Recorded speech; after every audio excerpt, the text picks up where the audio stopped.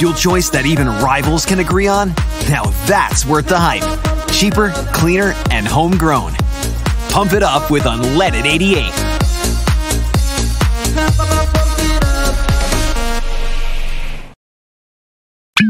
We recommend listening to the CW Pod with a glass of Steeple Ridge Bourbon. Grown, distilled, well-rested, and bottled in Erling, Iowa. Now from the Channel Seed Studios, this is the CW Pod, fueled by Steeple Ridge.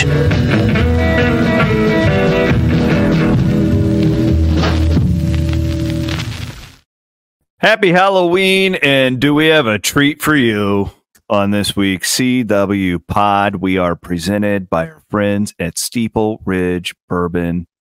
You should go and buy yourself a bottle of the Black Label Steeple Ridge Bourbon for Halloween night, because you're going to need it listening to this podcast, watching this podcast on YouTube.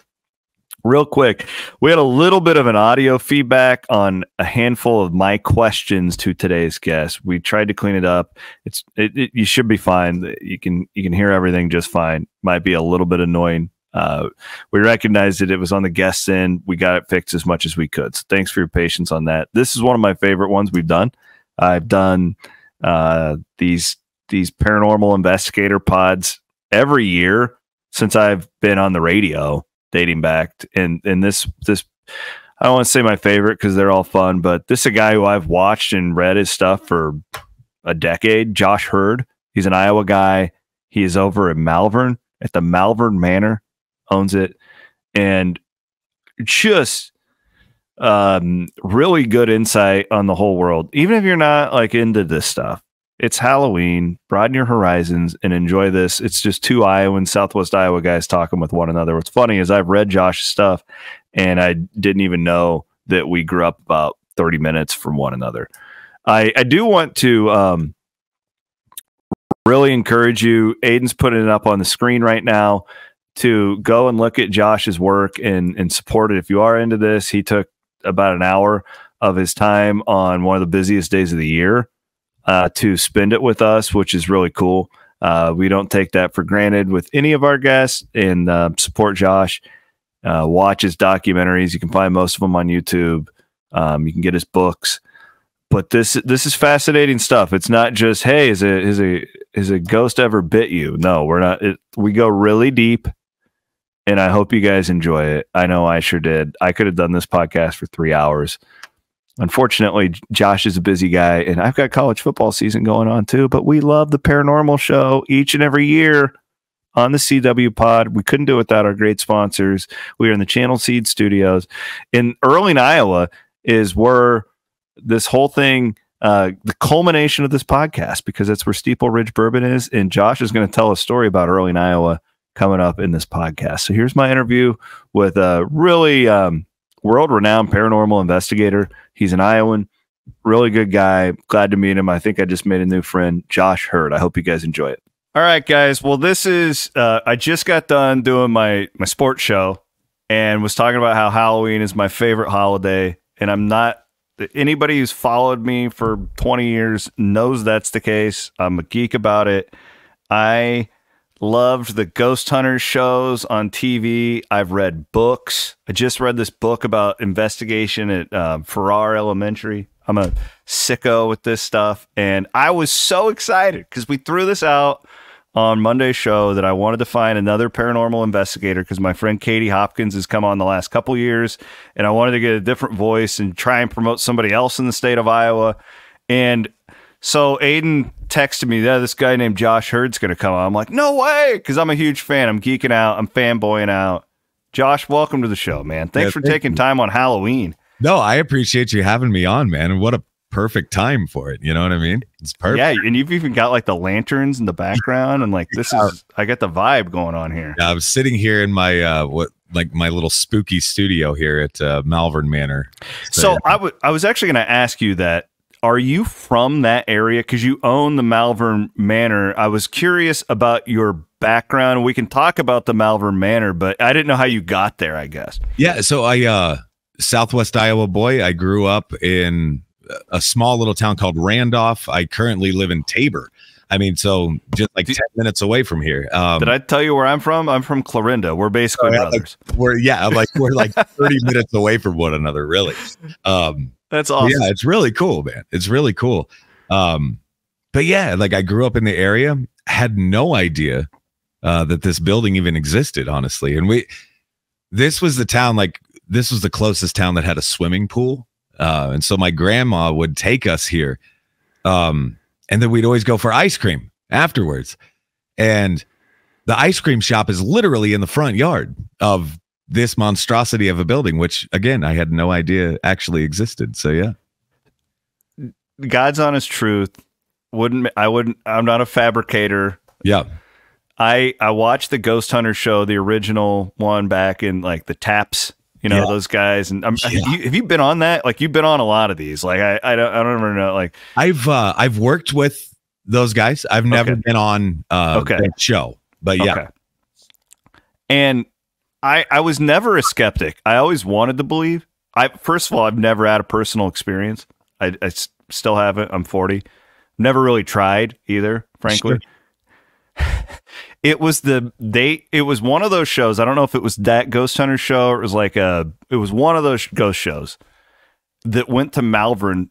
Was my first holy shit moment. Yeah.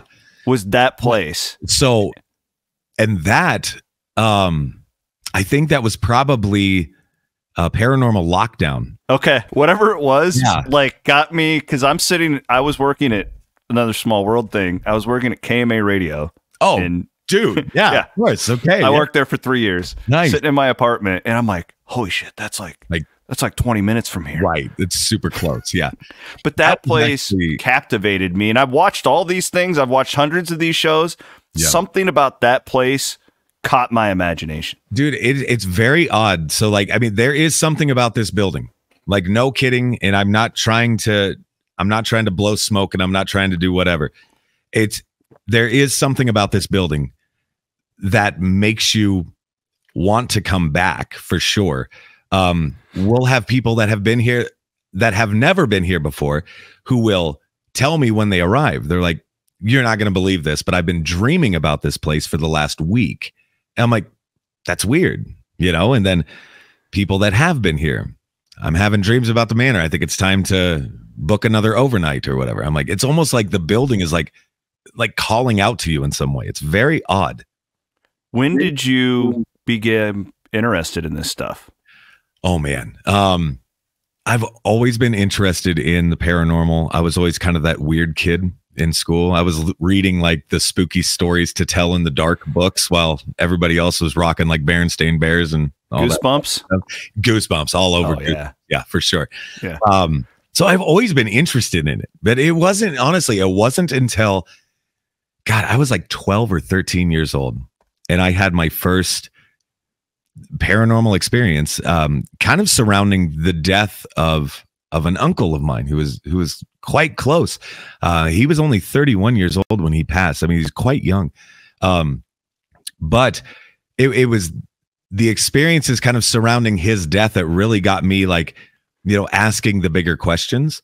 If you can imagine being a 13-year-old and starting to dive into the works of like parapsychological research and the works of like Hans Holzer and Ed and Lorraine Warren and all of that weird stuff. I was really freaking myself out.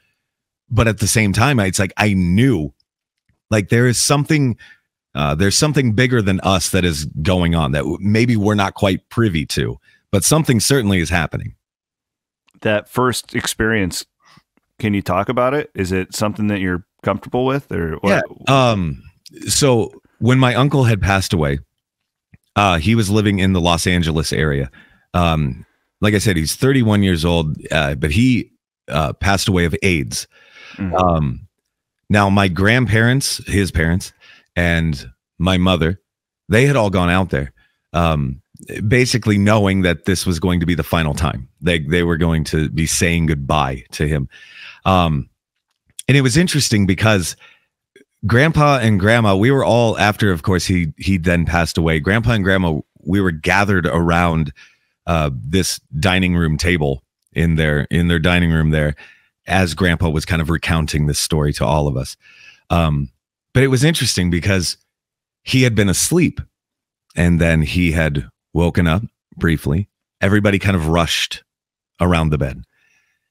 And it was interesting because like he had, as they described, he had looked through them. He was looking at something that wasn't there, and something just beyond the bed, and something just beyond everybody surrounding the bed. And he got this really big smile on his face. And then he closed his eyes and exhaled, for the last time. That was it. He expired. It was at that moment then that Grandpa was telling us this story around this dining room table, that right off of their dining room is this staircase. And upstairs is just the toy room area for all of us, kids and all that stuff. But everybody is around this table. Nobody is upstairs.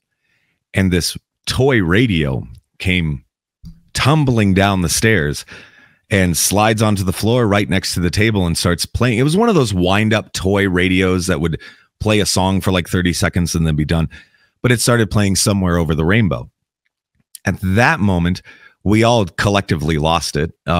It was a weird, beautiful, and creepy experience all in one. Because, that was one of his favorite songs. It was one of his songs that was, it was played at his funeral. You know what I mean? It was just all of this stuff. But it was like that right there that I was like, what is happening? Like everybody else was like, oh my God, it's him. And I'm like, yeah, it's him, but why is it him? Like, you know what I mean? It's like nobody else is asking follow-up questions. It's just, what is going on here? And I jumped in like completely. Yeah, when you have an experience like that, I would imagine it's not. I would imagine it's hard to just ignore it, right? And just act like it didn't happen. Yes, like for sure. It was very odd. So you have this happen. Yeah. And then you make it a passion of yours. Big time. Walk me through how that occurs. I make it a passion of mine, and I'm keeping my mouth shut at the same time because, we're in small town Iowa. People are going to think that I'm caca duty crap crazy. And so I'm not mentioning the fact that, oh yeah, I'll cruise out to the cemetery every once in a while and I'll bring a giant tape recorder with me and try to pick up some anomalous voice or whatever. I'm not mentioning any of this. Honestly, it wasn't until I got to college that I found like-minded people with similar interests. That was right at the time when like Ghost Hunters had just come out. And so I'm like, well, crap, guys. We could form a team. These guys, they're plumbers. They got a team. We could start a team. Like, why not? And it was really like then that I started like formally like investigating and all of that stuff. And the part of the world that you do that is so fascinating to me is the technology of it and how that has evolved. Like, who's the first guy that says, I'm going to do an EVP session, right? Like, where does all that come from? Because it's really interesting how that's evolved. Back in the day, Edison made a device that he called like, the telephone to the dead or whatever. And so like, Edison was really heavily involved in this, thinking that we could legitimately communicate with people who have passed away. And I think it has all just kind of snowballed from that. But fascinating, absolutely fascinating. All right. So I want to talk to you about the skeptics. And sure.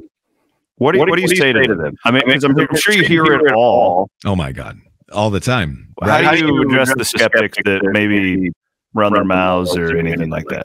Honestly, like I just talk to people, and it's I don't mind if you don't believe in this stuff. That's fine. You know what I mean? But you also haven't put yourself in a position to necessarily experience something, right? So it's like dealing with the skeptic is fine because I think that's fairly healthy, honestly. Like just being able to question, why would this happen? What's the antecedent of something happening, right? But then being a cynic is completely separate. People who would never believe in any of this, no matter what. Absolutely not. Hands down, this doesn't exist, blah, blah, blah.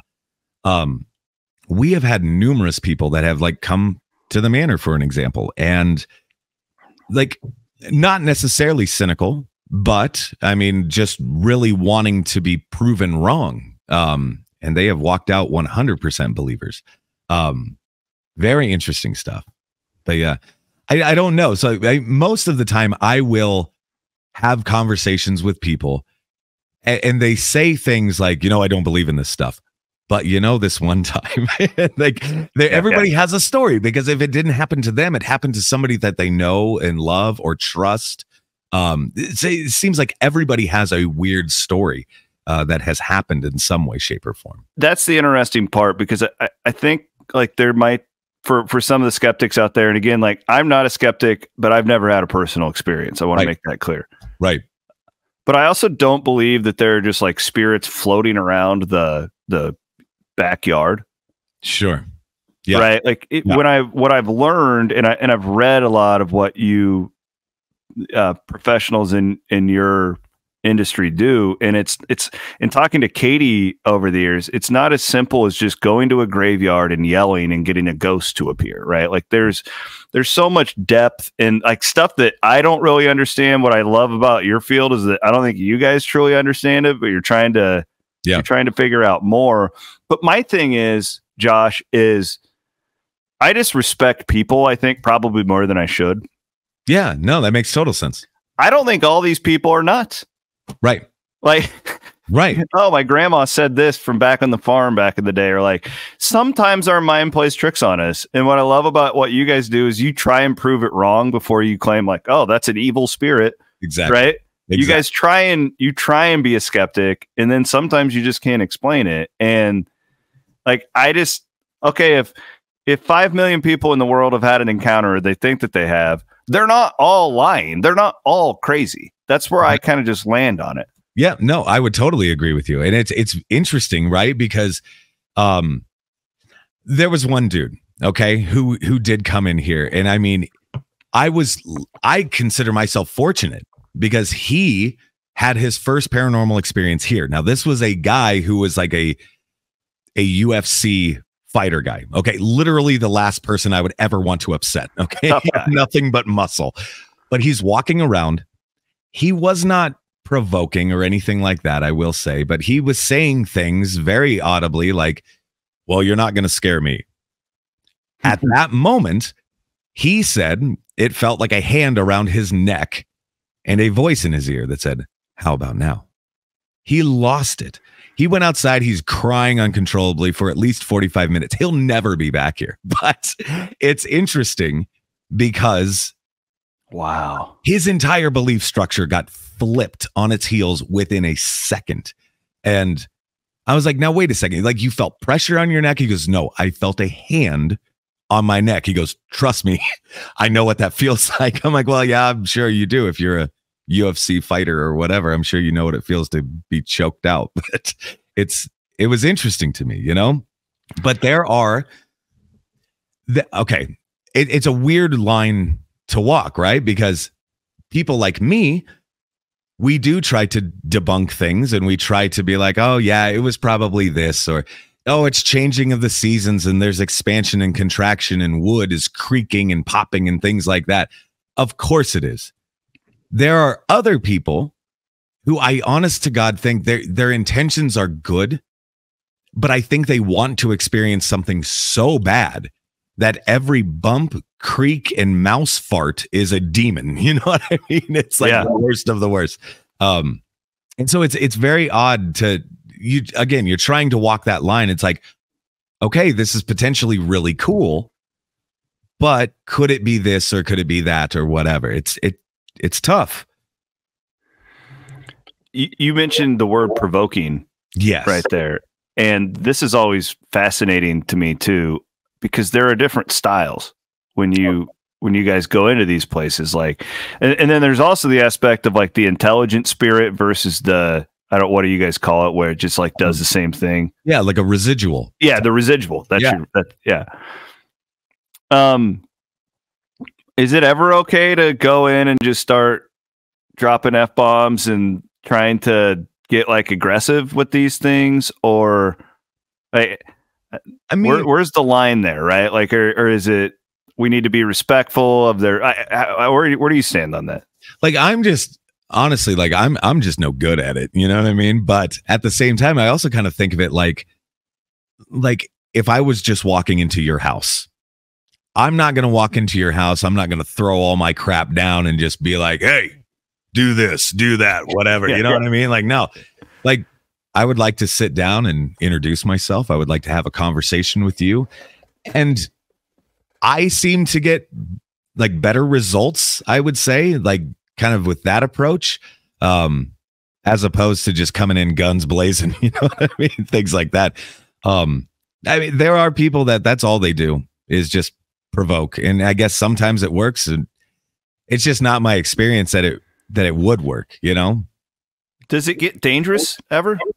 So specifically here that I could speak of, like there is one area upstairs that I know, like I've never had anything but a positive experience upstairs with this one specific entity who we just call him the captain, referring to Captain Jacob Kohlers, who was actually the gentleman that constructed this whole building back in 1869, but still very strong ties to this building. I also want to give credit where it's due, because if it wasn't for him, I wouldn't have a job. You know what I mean? But still, it's interesting because people will go up there and they will provoke. I have seen people scratched, punched, bit, kicked. I mean, it's not a very welcoming experience, but usually then following a fair amount of provocation. So I'm not saying that they're asking for it, but I mean, I've never had a negative experience. I'm here almost every day. So maybe they are asking for it in some way.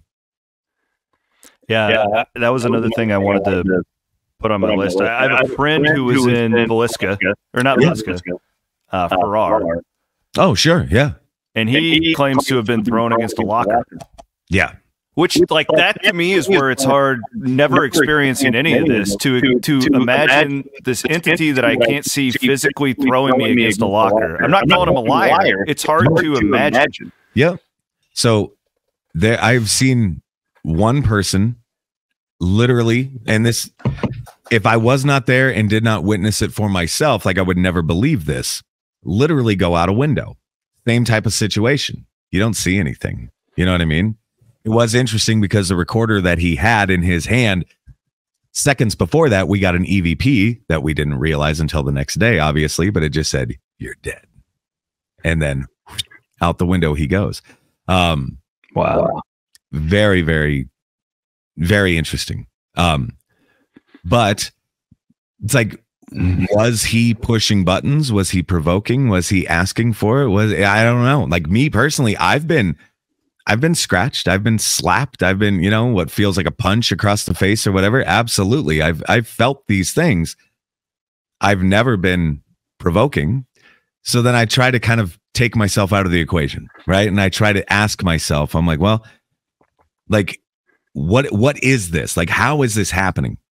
Like, if I were a spirit and I was trying to get your attention and damn it, I can't, like, I'm going to just start getting maybe angry, agitated in some way. And I'm like, God, would you just pay attention? You know, I'm trying to tell you something. And maybe that's what's going on. I'm not sure. That's just kind of where my brain goes. I'm like, well, maybe they're just agitated in some way that they can't get our attention. Has it ever been so bad for you that you thought about quit doing this? Where you're like, man, this is maybe a line too far for me? So, yes. My brother was really affected with something. And I think it all stemmed from an investigation that we did. It was a darker type case or whatever, for sure. But for years, he just wasn't the same guy at all. Which ultimately then, I mean, we ended up doing a show with a good buddy of mine. His name is Steve Shippey. And Steve had this show called Haunting in the Heartland. It only went for a season. It went for 6 episodes. And so season 1, episode 6, it's called Come Play. And that is the episode with my brother, where they ultimately rectify this whole situation, which was a very positive thing. Hasn't had a problem since, in fact.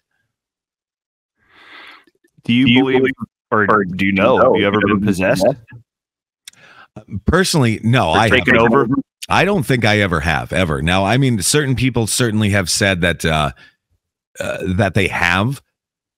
I can't really say yes, they have, or no, they haven't. The majority of people that I meet here is just for a matter of hours. You know what I mean? I check them in, I walk them around, I show them what they're going to trip over. And then maybe I'm lucky enough to catch them the next morning before they leave, where I can kind of see like, oh, what did you experience? What happened last night?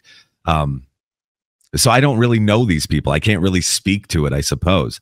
I do know that, I mean, I've talked with literally people in the Vatican who say this is 100% real. We deal with this all the time. Like it's just a Tuesday for them. You know what I mean? Crazy. Isn't it amazing? It fascinates me because that's also something that they don't really advertise. But it's like, if you have a strong faith, I mean, who are you going to reach out to? You know what I mean? That's another part to me that I think about a lot with this. Me too.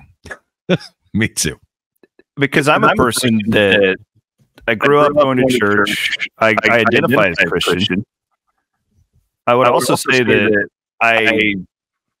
I'm not questioning my faith, but I'm less sure about specifics than I probably was when I was a kid. I think it's a natural thing that we go through as we age. Yeah, we become more analytical. I mean, that's literally it. Yeah. How does that mix with this world that you're involved with? It's tough sometimes, man. I mean, I can't tell you how many people, like, I would consider myself a Christian as well. I have had numerous conversations with people who have said, I mean, I'm literally conjuring the devil. I'm doing this, I'm doing that. And I'm like, I'm really not. I'm just trying to ask bigger questions that other people don't ask. I mean, that's literally it. It's a tough road to hoe sometimes, just because it's like I grew up with these people and I've known them my entire life, and now they're saying that I'm somehow conjuring the devil or whatever. So it sucks. It hurts. You know what I mean? But at the same time, I also know that, I mean, if you want to read one of the most paranormal tomes you ever can, like, I mean, the Bible's a thumping good place to start. That's where I was going. Literally, it's the literal Holy Ghost. Yes. It fascinates me. I'm like, you're literally talking about a man who was resurrected, rose from the dead. In fact, hundreds of people witnessed the execution of this man. And then all of these people are having very similar experiences after the fact. They're seeing him. They're talking to him. They're hundreds, if not thousands of miles away from one another. How are they doing this? You know what I mean? That's interesting to me. You know what's fascinating too is just how as we have this conversation, how human beings just see things differently. Because when I look at what you do, I don't look at it as conjuring the devil at all. Right. Like, I look at it as, like, in my studies of Christianity and over the years, like, I see a lot of synergy. Yes. Between the two. Yes. That's how I view it. That's exactly how I see it. And it's like, I don't know, maybe I'm just getting soft, but like whatever is there in the Malvern Manor, or over 5 minutes from me in Farrar, I live in Bondurant. Oh, sure. Or those kids in Villisca, or I'm just thinking of the Iowa places. Yeah. Like, I have sympathy for those entities.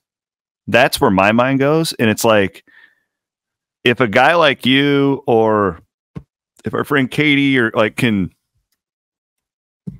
communicate with them or something, I don't, like, to me, I don't view it now. the UFC fighter, whoever, who goes in there and starts flipping them the bird and like wanting to, okay, that's different, like, different deal for sure. So I got to go on it wasn't even a tour. The people at Farrar let me, and it was actually really cool. Two of my friends here in town, they were the last class that went to the Farrar school. Oh, wow. So us three, we got to go in and look around, and like, have you investigated there? Numerous times, yeah. Okay, so like, one of the classrooms in the upstairs, like, their literal name tags are still on the wall. They were showing me their name tags. They were in that class together, grew up, got married, high school sweethearts, all that stuff. That's so cool. I love that. So we're walking around, and I new ownership now, but the lady who was there before was very kind, just gave us the keys and said, hey, just lock up when you leave. It was awesome. Mm-hmm. No experiences. We weren't trying to have one. It was the middle of the day. Nothing weird happened. We went down to that boiler room, and I know you know what I'm talking about. Definitely. And there's Ouija boards all over the place. Everywhere. What do we know about these Ouija boards? Do you believe in the Ouija boards? Are we pro Ouija board? I don't know. Cause like, to me, like, it's kind of like, you're just going to move it the way you want to move it. Dude. I don't know. Like, but it appeared to me that people who have been staying in this house have been sitting around this boiler room, which is the creepiest place I've ever been at in my life, by the way. Definitely. Holy crap. You know, what do you think about those? The Ouija board, in my personal opinion, right? It's like, okay, I can walk around with what we call like a EMF detector, or a K2 meter, right? It's got these flashing lights on it. And I could say, hey, could you flash this twice for a yes answer? And could you flash it once for a no answer? Right? And like, let me know that you understand. And boom, boom, it'll flash. Cool. So we've established the baseline. I can just start doing Q&A. That's all I'm doing with a Ouija board. Is Q&A. I'm doing the exact same thing, just with a different piece of equipment. Like, that's it. It's just question and answer. Now, Hollywood has stigmatized the crap out of the Ouija board, right? To the point where there are some locations that don't even allow them on site. I've read that. Yes. And I'm like, I don't mind it. Like, I will never tell anybody how to investigate, ever. And so it's like, yeah, I got a few in the back. You know what I mean? You need to borrow one, you can. So it's interesting to me. Like, so you just see it as a tool and nothing more. Yeah, really, like just a tool. I did a documentary film with some friends. It's called Yes, No, Goodbye. That I think you could probably still find on Amazon somewhere. But like, that was it. It was just a Ouija board documentary where we were like trying to elicit some kind of a response using the board. We would take ourselves and put ourselves in very odd places. Just trying to make this work and happen. And sometimes it does, and sometimes it doesn't, and blah, blah, blah. But yeah, I don't know, man. Like, it's weird to me, just because like you see a movie like The Exorcist and you're like, oh, well, it's because she was playing with the Ouija board. She shouldn't don't jack around with that thing. Don't do that. Never again will I do that, right? Because I don't want to be like, spitting pea soup and all that stuff. But yeah. Speaking of that, you said you talked to people at the Vatican about this, or whatever that. So like, do people just all over the world, they're like, oh my God, I'm possessed, and they go, like, how does that work? So what usually happens is, if like I was speaking specifically when I was talking to them specifically about like haunted objects, haunted artifacts, haunted locations, things like that, right? And it fascinates me because like certain people absolutely would be in need of like a formal rite of exorcism, which I mean can only be done by just a select few people, that would be a horrible experience. Absolutely. Like, one of the craziest possession cases that I would urge anyone to read about. You can find this online. It's a PDF file and it's 100% free. It's called Be Gone, Satan. It happened in Erling, Iowa, and it is one of the creepiest things that I've ever read or heard about. This is the best documented case of possession that we have available to us, and it literally happened like 45 minutes away from me. It is creepy. This woman literally vomited her body weight. Like, I mean, absolutely unbelievable things that a human being would not be able to withstand. Absolutely fascinating stuff. But I'm telling you, read that. If you really want to scare the crap out of yourself, read that. Okay, so here's what we're going to do. So my sponsor, Steeple Ridge Bourbon, is from Erling, Iowa. Whoa. Two Erling, Iowa references in one show. Right there. Boom. Let's go investigate. We'll drink some bourbon too. Yeah, that's an idea. I'm all about drinking bourbon. Trust me. My God, man. That is fascinating, though. Freaking small ass world. So I want to get to the other Iowa haunts here. Yeah. But some of the other ones that have fascinated me over the years, and I feel like, is like the Civil War stuff and maybe even overseas, like, because I think we forget as Americans how young we are. We are quite young. Yes. Is it more haunted overseas? Or yeah, like even like the eastern part of the United States, like with all the Civil War stuff, like are those areas more haunted than maybe where we're at?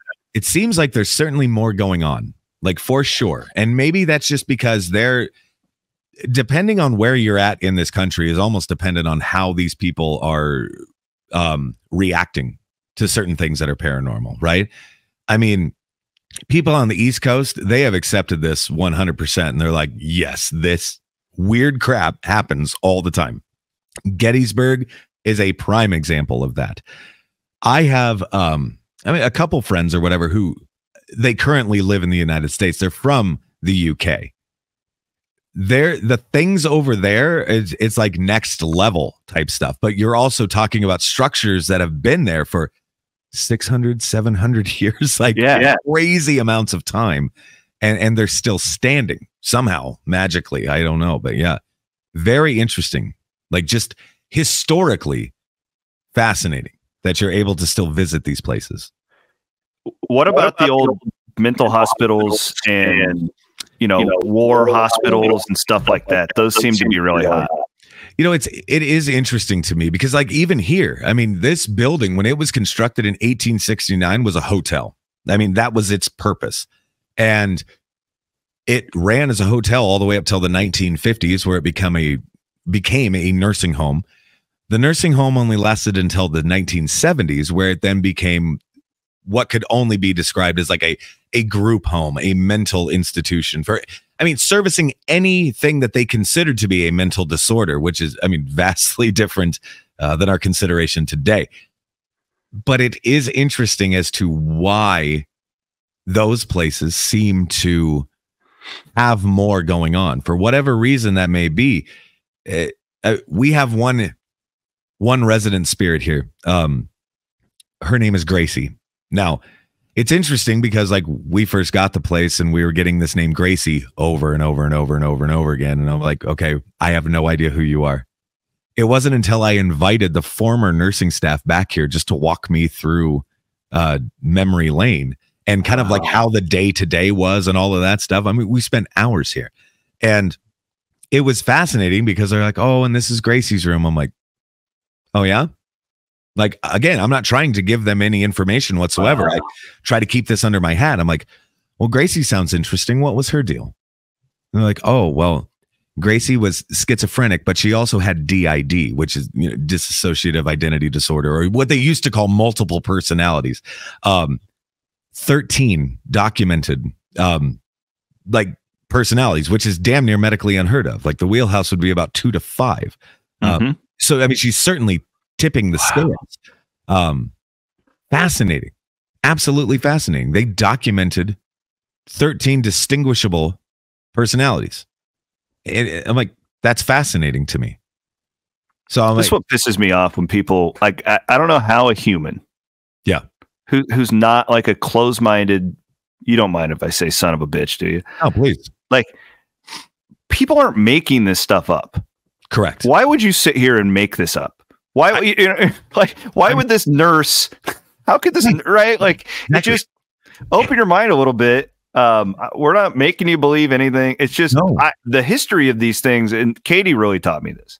Mm-hmm. That's what's to me the best part of all this stuff. It's because you guys generally learn more of, like, you have to go back into the 1800s to figure out what the hell like is happening now. It's interesting to me because especially when it's like we were getting a ton of things happening for months before we knew what legitimately was even happening, or that these people were legitimately people. You know what I mean? Like these people all had families, backstories, all of this stuff. And it's like, I want to dig into that. I want to dig into all of that. I want to know where you came from, all of this stuff. And it fascinates me just because when history, like historical documented fact, can come together with paranormal happenings that are actually happening and documented as well. And they can like just shake hands momentarily. Man, that's the good stuff.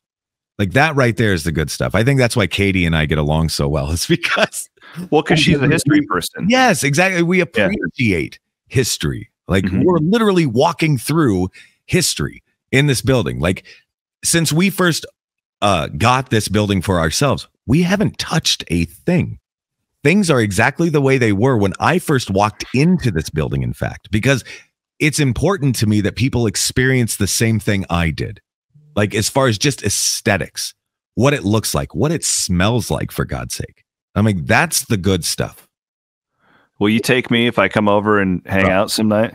I was already going to suggest that you should probably come just do like a live show or something. Absolutely. Anytime. Well, I go to Clarendon all the time. My whole family's there. You and me, we're going to have a bourbon night too. We're going to trade paint. Yeah. Just get after it. So Villisca, I want to talk about Villisca. Definitely. I told you this before. My dad used to mow the lawn and do the fertilizer and all the stuff at the Axe Murder House. And so fun. But he got to know Hauser over there a little bit and, all that good stuff. Johnny's been on a lot of these shows and we have a great paranormal community here in Iowa. It feels like with you and him and Katie on the eastern side of the state. I'm sure I'm missing out on some people, but Iowa's just weird, and I don't know why. But there is a lot going on here as far as like paranormal happenings and things like that. Like there really truly is. But I mean, Villisca is one of the craziest stories. I mean, you are talking about the story that happened in Dinkville, Iowa, right? That knocked the sinking of the Titanic off the front pages of the newspapers worldwide. How does that happen? This was sensational and completely unheard of. Like these people just went to church and then they went to bed and they never woke up. Like creepy. All the whodunits and all of that stuff. Like, oh my God. Like we could talk for days. There's a lot of rabbit holes to go down there. Well, I got a good one too. So this rabbit hole, like Johnny and I were sitting here. We may or may not have been drinking, but we were sitting here. My kind of hunt right there. So we weren't even investigating. We were just sitting here chewing the fat, and we were talking. We're like, in 1910, right? Or 1912, excuse me. We know that this building was the place to be. Absolutely the place to be in the area, the pinnacle of the area. Everybody was coming here. The railroad tracks are right out the front door. So people coming and going all the time. It is quite feasible because the rail tracks go literally right into Villisca. I mean, right by that house. Oh. It is quite feasible that whoever did this, if they were transient and all over the place, right? They could have stayed here a night or two before or after. Hell, they could have plotted the damn murders right here in this building. It's feasible. Of course it is. I could show you the plat maps that show you the rail line that runs right through it. It's so bizarre. But it's like these two buildings are connected in some way, shape, or form. And I think that may be it. I don't know. I don't claim to know who did it. I've read all the, people, what people think. Yeah. The one thing that really disturbs me about Villisca, and it's why I have such respect for the place. I have respect for all this, but really a heinous murder. Obviously, we know about the axes, but perverted, like horrible things. Nasty with these kids in that upstairs bedroom, and it, man, like it's no joke. Like it's a really do you? This is just my editorial on it. Yeah. Do you think that place, because I have heard rumors, and again, this is Southwest Iowa stuff, but you get it, that it's not as active as it used to be because the theory is that, they just had so many people run through there and the ghosts are bored or whatever. I don't know. What's your vibe on Villisca these days? How often have you investigated it? Oh God. I mean, I've been there dozens of times, you know what I mean? Just because it's so damn close. Yeah. Plus, I mean, Johnny and we have some kind of weird bromance as well. So it's like we're constantly. I want to go to a bar with you and Hauser and just. We should totally make that happen. Absolutely. Maybe we'll do it when I'm back for Christmas. We can all meet up. I'm fine. Great. All right. I'm fine with this. Let's do it.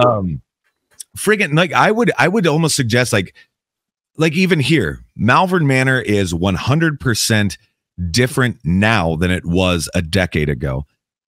And I honest to God think that it is so many people that come to these locations, but they're also dropping off like some kind of weird paranormal baggage, if you will.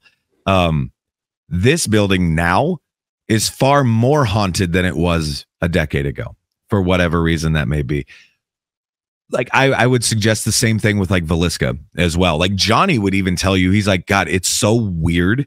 Sometimes he's like, it's almost as if the house is alive.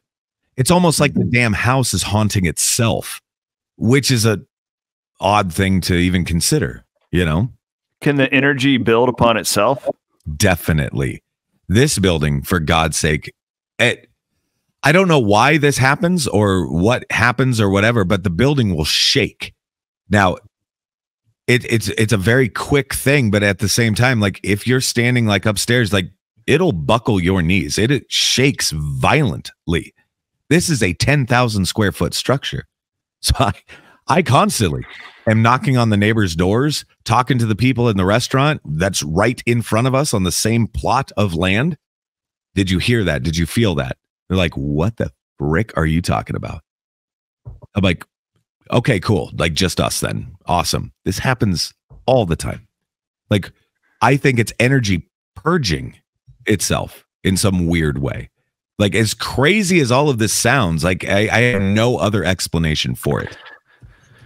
But the more you read about this stuff, you guys all talk about energy all the time. Constantly.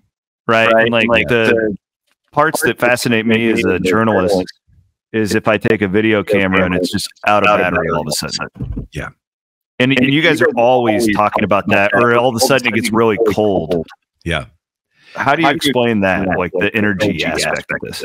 As far as like energy is concerned, and I always say that's kind of like the biggest thing, just because of the fact that it's like we are kind of already pre-programmed to feel that. Not to sound like all woo-woo and like I'm a psychic or anything like that, because I'm about as psychic as a rock in the driveway. But I have walked into rooms where people have been arguing before, and I've felt that tension. And it's like, nobody's saying a word, but you know, something just went down. You know what I mean? Like, you're like, whoa. And I know the majority of us have felt something very similar. It's a very similar type of feeling. Like you walk into a room specifically and you're like, geez, like something feels angry or whatever, or elated in some way. Something's like just crazy, bouncing off the walls, happy. Like it's very odd. Battery drain and all of that stuff. I think what is happening is like, if you were able to somehow control and manipulate energy around us, right? You would pull that energy. You would somehow take that energy, which in turn would create the absence of this energy, which would then also give us these little pockets of cold.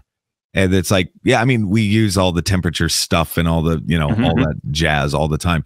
But I think that's what it is. I think they're somehow trying to manipulate the atmosphere around them to gain energy in order to maybe physically manipulate something. A ball rolling across the floor. We have a spirit here that is notorious for opening and closing her door. Things like that. It's like, oh, she just doesn't want company. Or, oh, she's willing to accept visitors right now. It's very interesting to me. It's like, we're not manipulating the doors in any way, shape, or form. We're watching this happen. But people's like energy, for an example, like with the cameras you're talking about, we just had a group that was here last week, and I felt terrible for them because every time they pulled out a camera, they would charge batteries, all this stuff, like fresh batteries, cameras dead within 2 minutes every single time. And I'm like, Now, how does that happen? They're like, we don't know because it's a new camera. Like, you know what I mean? Like, it doesn't make any sense. So they just charged batteries all night. Do you think it's the spirits not wanting to be documented? I think it was the spirits maybe pulling that energy from the batteries just to give them something. Because I mean, they were like, oh yeah, we're hearing things, we're seeing things, but we weren't able to document anything because of all the crap with the cameras. Like, well, that sucks. What do you think would happen if we, God forbid, took a bulldozer to Malvern Manor or Villisca axe murder house? What happens to the spirits? You know, in some weird way, it's a fascinating question to entertain. I've thought about this numerous times because I was like, well, what about our spirits that seem to just be on the second floor? Just as an example. I'm like, if I were to completely demolish Malvern Manor and take every scrap of wood off of this property, would we be able to then somehow magically pick up weird anomalous EMF spikes up where the second floor should be? I mean, are ghosts just aimlessly wandering around up there where the floor used to be, where the walls used to be, where the doorway used to be, all of that stuff? Like, is that it? Or have they dispersed in some way? Have they moved on to somewhere else? Like, I wish I knew the answer, but it's a fascinating thing to entertain. All this stuff that you're saying with that makes me believe in the Bible more.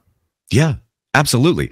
Like, it makes me more of a Christian to think about things like this. Yes, exactly. And that's exactly where I am too.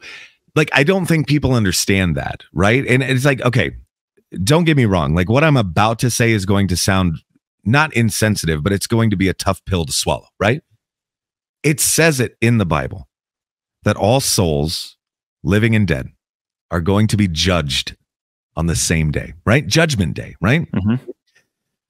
So in theory, wouldn't that mean that everybody that we have known, everybody that we have lost and loved and all of that who have gone before us, where are they?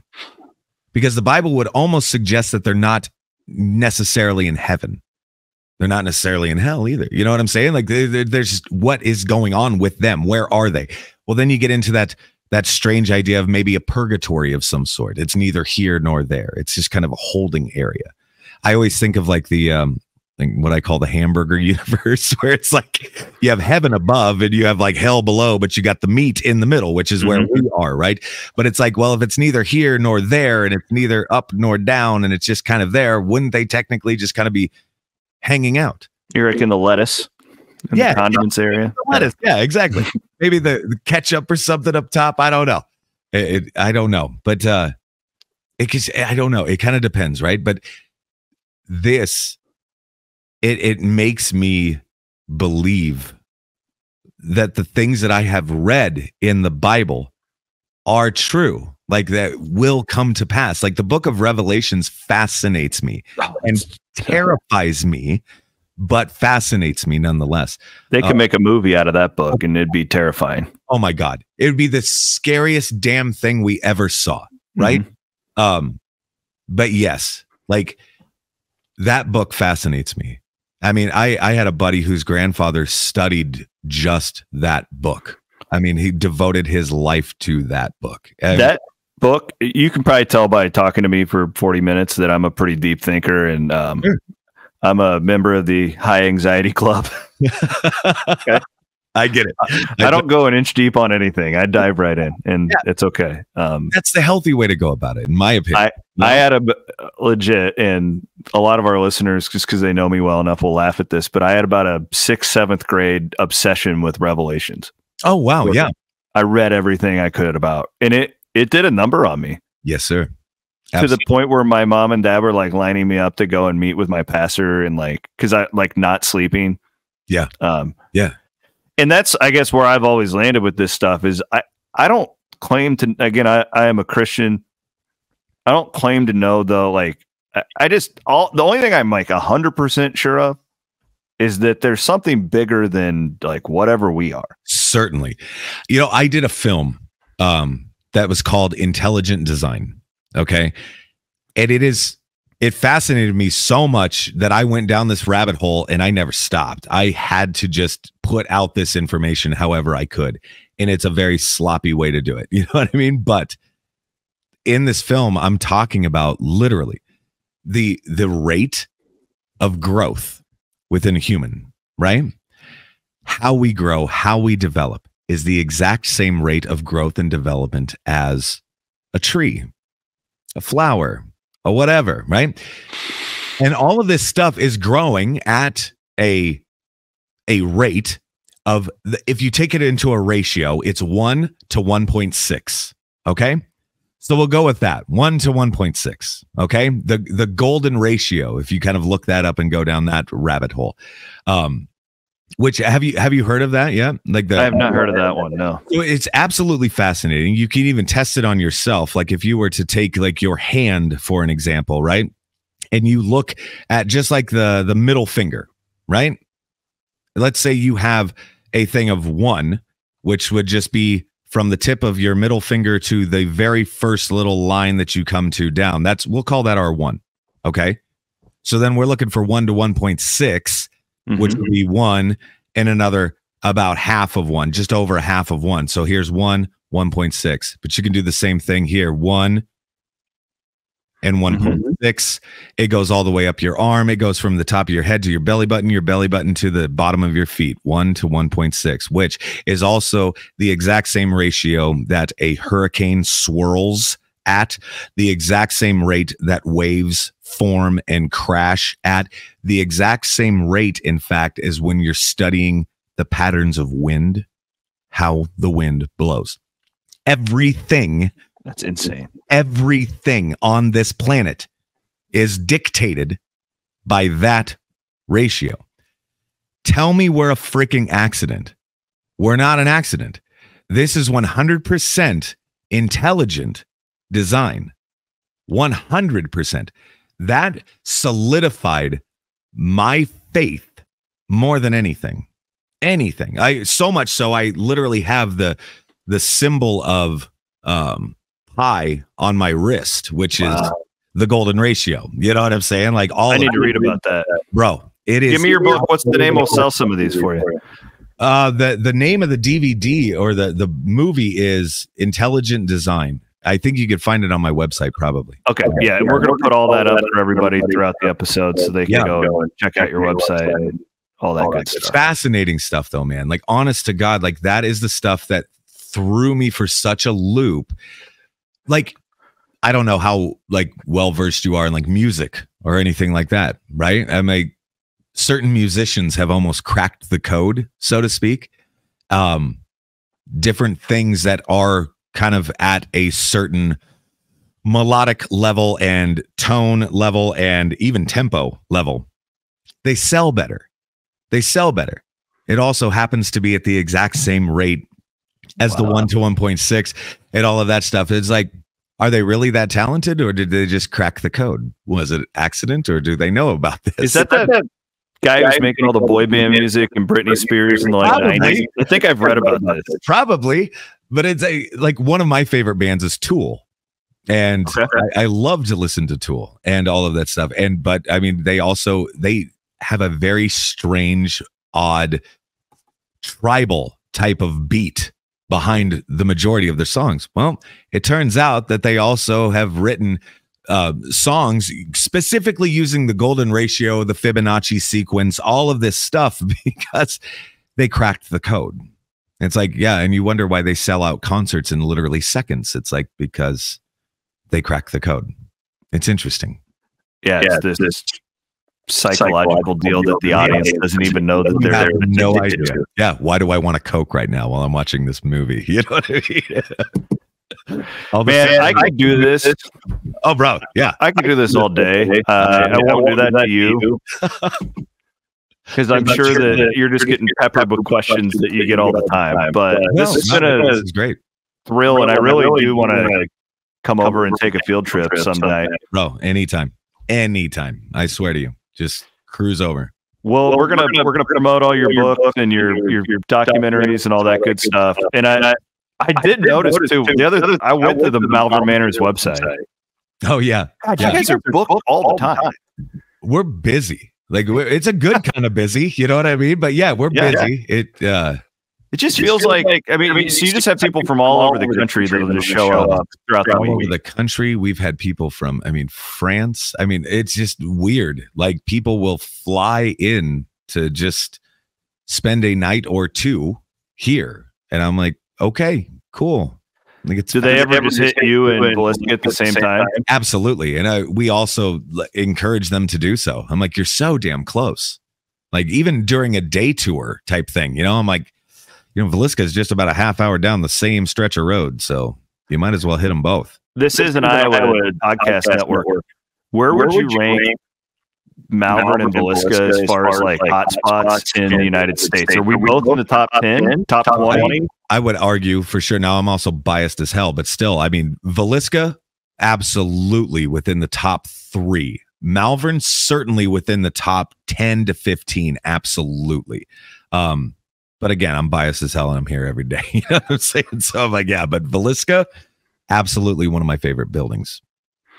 Josh, I appreciate it. Yeah, I appreciate you. Thank you so much. Josh Heard, you can, we're going to put up his contact information and all that good stuff so you guys can learn more about Malvern Manor. This was awesome. And I think I made a new friend, which is great as well. Thanks for listening to this week's CW Pod. Happy Halloween, everyone.